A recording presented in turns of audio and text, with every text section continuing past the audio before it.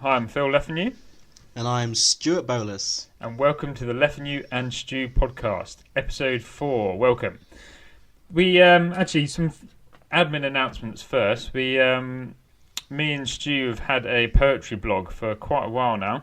A couple of years now, Stu? What do you think? About 3.5 years, I'd say now. Yeah, it's a while. That is a while. We've had a poetry blog where we both sort of submitted poetry every now and then. And that's called Lefanu and Stu Poetry. So the link for that is lefanuandstewpoetry.wordpress.com, and I'll try and remember to put that in the blurb underneath the episode. You make us sound like a brand. Goodness. Well, we are a brand, mate. We're gonna go hit the stock market soon. Oh dear. Two of the biggest names in the world. We're going to be on the front cover of. Time magazine. That's the one, yeah. People of the year. Heat. Anyway. Heat magazine.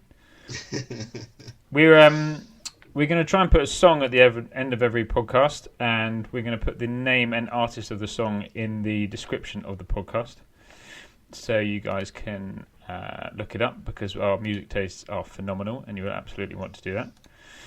Epic, I think, is the word, but yeah. And lastly is an admin announcement to the other person on this podcast, which is that I had some feedback last time that's saying that while the podcast was good, one of us appeared to be eating while we were doing the podcast. What do you have to say for yourself, Stu?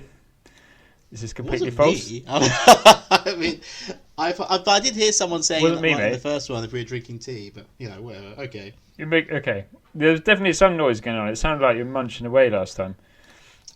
Just munching on my thoughts. That's what I was saying. Yeah, that's it. Yeah. Obviously taking this podcast very seriously if you're still trying to get in your snacks. This podcast is about mental health, and we start with our positive story. It's not really a positive story. It's more of a positive spin on things. I think mine is, I'm actually kind of enjoying the social distancing when I'm going out for a run, because the Harbourside gets pretty packed where I live. Harbourside in Bristol, where I live, gets pretty packed when I'm going for a run, and it's actually quite nice to have that natural space between people, and I don't like people getting in my personal space. Partly, I've got post-traumatic stress disorder, which maybe partly contributes to that, but I find it's quite a boundaried environment. It feels very calm, and I'm actually quite enjoying it. What do you say to that, Stu? Actually, are you enjoying social distancing in that respect? Well, I've only just started running about a few weeks ago, so I can't really say what it was like beforehand. To be honest, I just didn't run, so I just could not be bothered to do that before my commute to work. Well, I can do that now when I work from home. Would I say I enjoy it? I mean, I'm just used to it. That's what I'll say. It doesn't bother me as much as I thought it would. Because at the end of the day, in London, people social distance anyway, but it was just very much a psychological thing rather than the physical one. It was, anyone you didn't know, you just basically did not socialise or come into contact with at all, apart from if you needed to ask them a question. And half the time in London, people asking you a question, it's not like, oh, where is this? It's like they need money or to try to sell you something. I've had that a number of times. So I don't know. That's what I would say. And for me, my positive spin is really that I guess I've found that I really am starting to appreciate what's important. I know it's really cliche to say, and it is just a massive cliche, but it's like, now I've been in this situation for like a month, I can sort of take stock and be like, okay, do I miss the commute? No. Do I miss the office culture? Yeah, not particularly, frankly. Do I miss seeing my family in person, seeing certain friends in person? I really like I love watching nature, because I'm growing food on my balcony. That's brought me a big inner sense of peace. Just, having some mastery over horticulture, which I didn't really have before. Pretty much everything I planted is grown. So, yeah. I'm finding out more about myself in this time, and it's a positive thing, and it's a pleasant thing to see. Right, we move on to our first topic, which is just the little minor footnote of a topic, which is anxiety. We'll probably struggle to go past a minute and a half with this, Stu, won't we? It's just a very niche subject that a couple of psychologists have studied once or twice. I raised it that we should talk about this because this time last week, I really started feeling like a tight feeling in my chest and a sense of this being trapped, because I was in this horrific cycle where I was like, I feel trapped in my flat, I need to get out, but then when I go out, I'm like, it's not safe outside, I want to go back in my flat, and I was just going through these two states of mind, which wasn't helpful, and I just felt this tight feeling in my chest, like I couldn't breathe, and just seeing a sense of, I couldn't do anything, and that lasted for about 2 days, and then I called a friend of mine and said, I've been feeling like this recently. It's really weird. I said, my chest feels tight. And I know it's not like a health issue. It feels like it's psychological. And she said to me, yeah, that's anxiety. She said, I've been suffering with that for years. I was like, oh. And she said, yeah, that's how it can feel. So this is the first time I can truly say I felt like this. Maybe I felt like this in the past, but I can't really remember. But yeah, I really felt like it. I understand probably many people are going through that at the moment because it's the first time they feel similar to me. And I just wanted to kind of throw out there to discuss that. I mean, how about yourself? What's your own personal experience of anxiety? I'm just looking at the NHS definition actually, because it's quite interesting to look at these kind of things. Things are often used interchangeably, like depression and anxiety and stuff like that. So if you what do they say? This says, anxiety is a feeling of unease, such as worry or fear, that can be mild or severe. Everyone has feelings of anxiety at some point in their life. For example, you may feel worried or anxious about sitting an exam or having a medical test or a job interview. Yeah. The anxiety is something I only recently realised that I think we both took that test, didn't we, a couple of years ago when we were both in not the best situation back at home, living with our parents, and not in the best mental states of mind. Weird phrase, but we both took that same anxiety test online, didn't we? And we both. I remember I came out as I knew I wasn't feeling that great, but I took it and I came up as being severely anxious, having severe anxiety. And I took another test recently that showed a very, very high score that wasn't that far. Do you remember off. what my score was? I can't remember that. I don't remember. That would have been 3 years ago. Mm-hmm. I think, if I remember, I think I came out as slightly or moderately suffering. But yeah, it's just a thing because I've not really dealt with it before, it took me really by surprise. And it was also just how do I manage this? I can't feel like this for weeks on end. Yeah, and I think a lot of the time you're not aware of it. It's just often how you've just been. I mean, I think I've been a very anxious person all my life, actually. I just haven't. I've never known any different. I've been in Plato's cave, and I've taken some tests and ticked some boxes. Then, apparently I've got severe anxiety according to some metrics. But I've definitely developed sort of coping strategies to deal with it over the last couple of years. One of which is writing down fears every day, which is quite painful actually. But if you write down exactly what it is you're scared of, it kind of brings it out in the open. And sometimes you're still kind of scared about it afterwards. But oftentimes you see it well, actually, is that going to happen? Probably not. I mean, what do you think, Stu? Do you think anxious thoughts are realistic thoughts?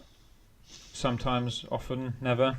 Well, it's a really subjective thing to say because, generally it's you're thinking of worst case scenario and your mind sort of convinces you that worst case scenario is actually more this is definitely going to happen scenario. So I definitely feel they can be unrealistic, but, sometimes they do come to pass. Because I remember worrying about this virus weeks and months ago, I had a party at the beginning of March, and I made everyone wash their hands when they came in, and some people didn't like me doing that. Because I was I'm really worried about this thing. I don't think you're taking it seriously. Luckily, no one at my party has caught the virus, as far as I know, so, that was fine, but I was getting slightly anxious then, I suppose, looking back in hindsight. And that was a scenario which definitely became worst case scenario because I'm trapped in my house. But I do think that when you get in that state of mind, your body just sort of, you just predict the absolute worst in everything, and that skews your sound judgment, and it makes you make mistakes as well. I know when you become irrational. I know when I think of myself as a sort of neutral person, but actually when I sit down and write down what I'm thinking a lot of the time, a huge amount of time is overwhelmingly negative. It's like, how are you going to get this done by this point? You're way behind. You're really inefficient. It's a kind of chronic state of thinking, and it. I don't think it goes away all the time just by going on holiday. And also, I've been meditating for a couple of years, and it has massively helped. But I don't think it's completely got rid of the issue. I think a lot of it's to do with you need to be around other people, but also I think you have to, on some level, actually see what you're thinking and write down what you're thinking to kind of be able to analyse it and see whether it's realistic and whether you're able to let go of it, basically. I think I agree, actually. The more I think of it, the more I think we couldn't really do justice to anxiety as a topic in like the 10-15 minutes we have. I guess it's just, to me, it came as a bit of a shock that I felt like I was handling it quite well, and then to suddenly just be at my desk and feel like, my goodness, like what the hell am I going to do? And I was like, where the hell has this come from? But I guess it just been building up over time, and because I live in London, like it is quite bad here at the moment, with hundreds of people dying every day, and it's just it can feel slightly overwhelming at times, and I think that it just got to me last week, and even on Saturday, the weekend was just past. I'll admit, like on Saturday, I had a really rough time because I didn't really sleep, because I think that could be a topic for another one of our podcasts. That I have some very intense nightmares these days. I think that's brought on by anxiety to an extent, so I don't sleep well. And then on Saturday, I was just exhausted and feeling so anxious, and I didn't even get out of bed until like the late afternoon, because I just said to myself, "What's the point? Like, it's not like I can do. Like, it's such a beautiful day, but it's not like I can do much. I can go out for a walk, and it can't even be a long one, and then I gotta come back and then just do the same as I always do." So I just really had a complete lack of motivation. But then my mum just like forced me to take a walk, and that really did help much more than I thought it would, actually. So yeah, I mean, it's interesting. There's different ways you can tackle this kind of thing. You've got therapy and stuff like that, and then you've also got lifestyle choices. So going out for exercise every day, and but these choices are quite limited now, aren't they? Because you can't really lifestyle choices. How can you change your lifestyle apart from being trapped at home? And seeing a therapist, is that really considered essential travel right now? I'm not sure. I was more talking generally. Oh, right, okay. Yeah. No, I mean, I purposely haven't been following the news, because I think... there's nothing to say. If anything really big happens, you'll know about it. But also, it feeds on anxiety. Like, I went on the Guardian website the other day, and I was like, well, I need to follow the situation. It was just like the worst... They kind of picked out the worst aspect of it, like, something like pregnant women at a greater risk of, just hitting those heart fibres, just tugging on them like heartstrings, right? Yeah, I'm a natural poet, mate. I make up my own stuff. But...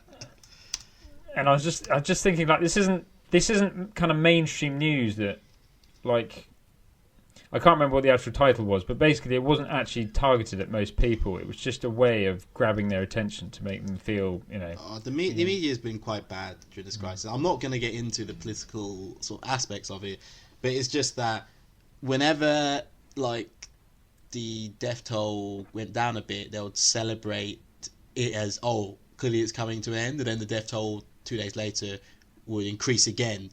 So it's like dashing. So basically, it's giving a lot of people a lot of false hope, which I think feeds into anxiety. When you think it's coming to an end, it's like, oh no, it's even worse. so they're failing to look at the long picture a lot of the time and focusing on the short gains because they just want to sell papers. Because when you go to the supermarket, most people don't bother to stop for a paper this time around. It's just, I want to get my milk, get my eggs, get some cereal, I'm out. So they're struggling. So they are publishing some very sensationalist headlines which feed into anxiety because they know that's what sells. The more ridiculous and serious the headline is, the more people buy it. In normal times, that would be derided as scaremongering and stuff. But now, because of the situation, they can get away with headlines which would never have been able to do a few months ago. We are at 15 minutes, so I think we've done thorough justice to that minor topic of anxiety, and we covered absolutely as well as all we can. bases. Yeah, I think we've surveyed all the literature ever written on it in the last 200 years, and done a really cracking job. Actually, we've got a second topic, which is to what extent is spending time on the phone with other people good for you? We're talking outside of work context, aren't we, Stu? So we're talking around calling friends in this time. And a lot of you probably would have had phones ringing constantly during this time. I'm quite used to talking on the phone, actually. I talk to my mates on the phone quite a lot. But is there a sense to you that it can be too much sometimes, and solitude isn't always isolation? Yeah, I mean, because I think quite a lot of other people are talking loads to friends and family by phone or WhatsApp or video calling as well, and that's great because it does plug the gap which social isolation creates. But there's sometimes I have whole days where because I'm on the phone so much, I don't have a lot of time for myself. Because I just got one situation where I finished talking to someone. And then I literally went to get some water, came back in my room, and someone else was calling me. And I was just like, okay. And I took that phone call. And then when that ended, 10 minutes later, someone else called me. And it just got past. It's like, I not that I'm doing that much, because I feel a bit guilty not to answer the phone. Because I'm just like, I'm not doing anything. But I just don't get a chance to relax. But I feel very guilty to say to someone, no, I'm busy. Because it's not, because that's not really true. Because usually I'll be like, oh no, I'm about to go out or something like that. It's just like, now it's like, well, I think you said to me once, oh, you're about to go out, and I said, yeah, but you shouldn't be. So I am finding it's not every day, but some days that I don't get a moment to myself to think. You'd think that in this situation it's like, oh, you got loads of time to focus on yourself. Some days I find I really can't. Yeah. And I'm finding it a bit difficult. I know. Sometimes if I speak to a few people in succession on the phone, my housemates, if they're listening in on the phone call from another room or something, they might just hear me say the same thing kind of 3 times over the course of half an hour. I'll be like, oh yeah, I'm fine. I was at uni today. This happened. Blah blah blah blah. And then 10 minutes later, someone else would call me and I'll be like, oh yeah, I'm fine. This happened at uni today. And it gets quite repetitive after a while, and I think it's important to definitely listen to what the other person has to say and not just kind of recite what's going on with you. I've noticed I get quite frustrated when I'm in the middle of something and someone rings me, and then I start to worry, well, shall I pick it up now? Am I going to remember to call back? Probably not, unless I write it down. And I think sometimes, even when you don't want to pick up, it can be what you need. Like if you're in the middle of work and it's just stressing you out, actually talking to someone might really help out. Just getting another human being to talk to, Yeah, no, I totally agree. So what time are we on? You've got a few minutes left, so I think we should move on to our last topic, which is regrets in life. Phil, if you could please walk us through it. It's one of my favourite articles of all time that came out in the Guardian. I don't know when it was, but they interviewed a nurse who worked in a hospice and who'd worked there for years and years, and she kind of tallied up what the most common regrets of people on their deathbed are. And in this article, it gives the top 5 regrets of the dying. So I could just tell them. I think I've probably memorised them now. But we're going to... Stu, what... Can you guess what they might be? Okay. I'll just give 5 guesses then. 1, spend more time with family and friends. Yeah, let's have a look. One of them is, I wish I had stayed in touch with my friends. Okay. So, yeah. Similar. 1, taking opportunities, being more courageous, be more brave, that sort of thing. Courage is mentioned in 2 of them, actually. They're a bit more specific than that. So the 3rd one down is, I wish I'd had the courage to express my feelings. Yeah. Number 1, the top regret of all time is, I wish I'd had the courage to live a life true to myself, not the life others expected of me. So basically, yeah.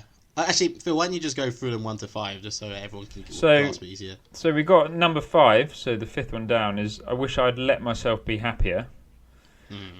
Number 4 is, I wish I had stayed in touch with my friends. Number 3 is, I wish I'd had the courage to express my feelings. Number 2 is, I wish I hadn't worked so much. It's an interesting one. And then number 1 was the one we just said, which was, I wish I'd had the courage to live a life true to myself, not the life others expected of me. I saw that I read that when I was in uni, actually, and I'm fairly pleased to say I'm pretty good on those 5, actually. Maybe as a result of reading that article. Being happier, I think I'm getting more of that. Living the life I want to. I think I'm working up towards that. It's interesting that one, let yourself be more happy, because I'm not sure if it's even talking about your kind of direct choices in life. I think it's more... That's the thing. If you're like in a difficult life and you're stuck in a job you can't leave... I think it's... My interpretation of that is that it's more that on a psychological level you actually let yourself be happier, that you don't think that you should be all focused on work the whole time. Or I think there's a very big problem that people play a part. They play this kind of character that is hardworking or anxious all the time, and they might say that they don't like being anxious, they hate anxiety, but on some level they're kind of choosing to be that way. That's another psychological discussion to have.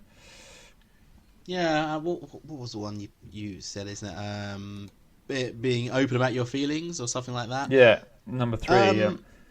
Yeah, I think I have done that. I think the last person that I asked out said no. But we're very good friends now, funnily enough.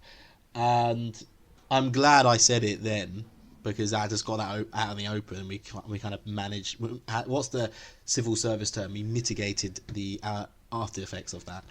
I hope you didn't express your feelings in those kind of words. That wouldn't have been... No.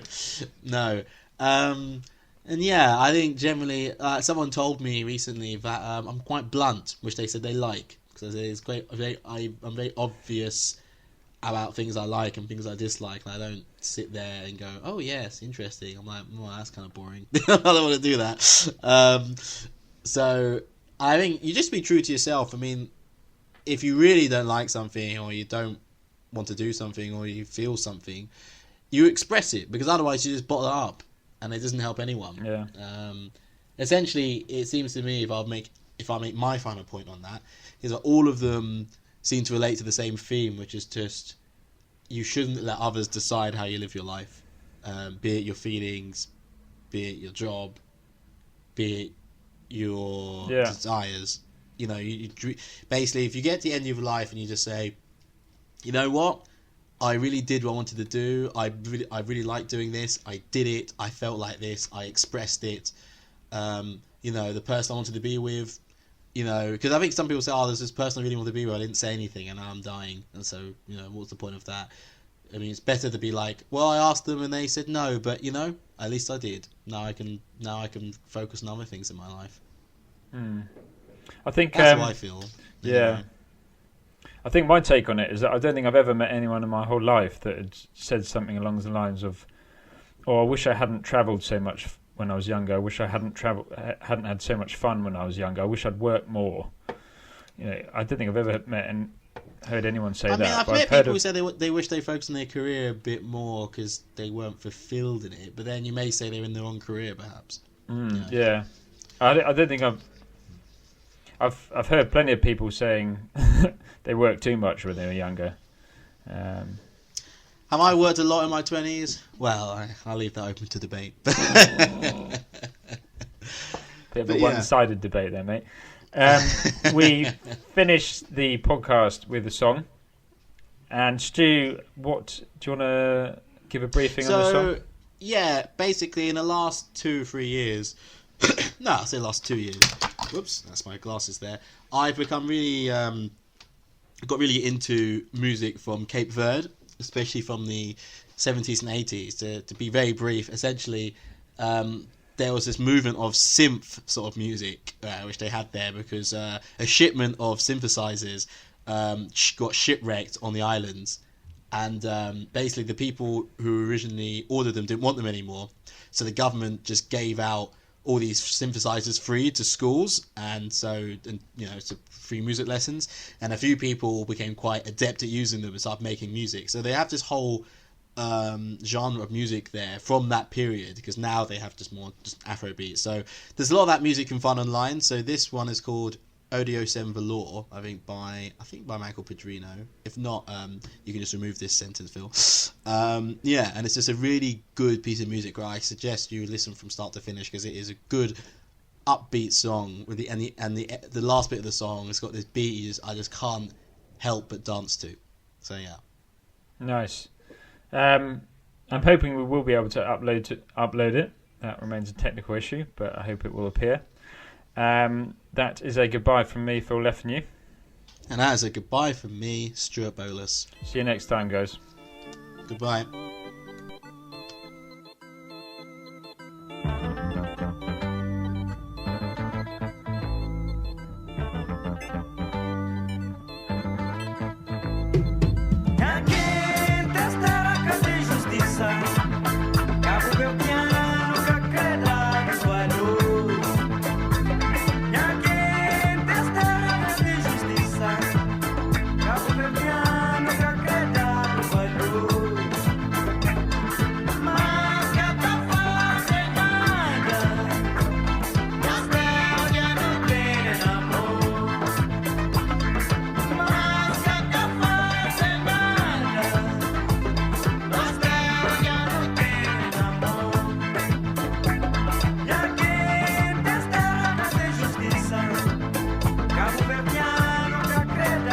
Fanu.